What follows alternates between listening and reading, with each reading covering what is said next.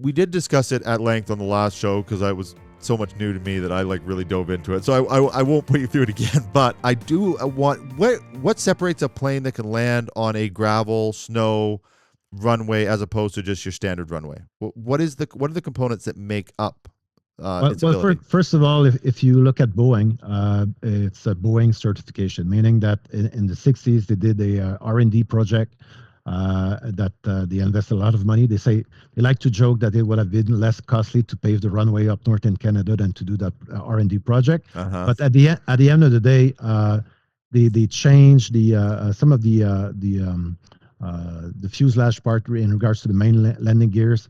And also, there's a deflector that goes on the main nose wheel. And we also have a vortex dissipator at the bottom of each engine. So the intake of those engines are smaller than regular, let's say 400 or a max 8.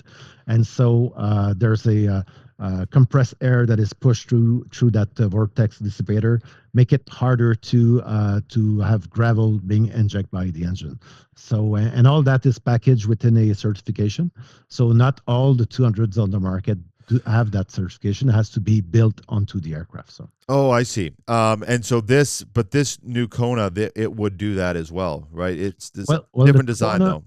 Yeah, the Kona design is a very different set of problem. It's not a jet aircraft, so you don't have that big intake in front of the engine. And the engine on the Kona are situated on the back of the aircraft. And so a turboprop would be fairly less impact, I think, from the design. So it could be interesting. There's going to be some challenges for sure, but it's interesting in that way.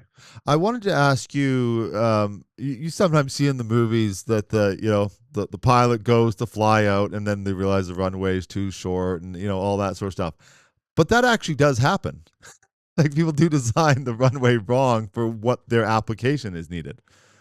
Yeah, well, basically, right now, if you have a mining project coming up, the typical process that they do is that they will go up to a consultant and try to figure out exactly how long the runway needs to be.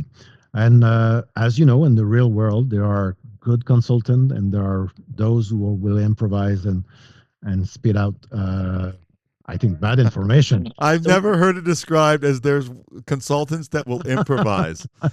I've met many in the past. So we were give you an example. We met recently with a mining project, and the recommendation that they got was that the minimum length of a runway needed for a gravel runway was close to 7,000 feet. And I mean, we only need 5,000. So just there, you see that the cost to create a runway of that length compared to the real need can be quite important.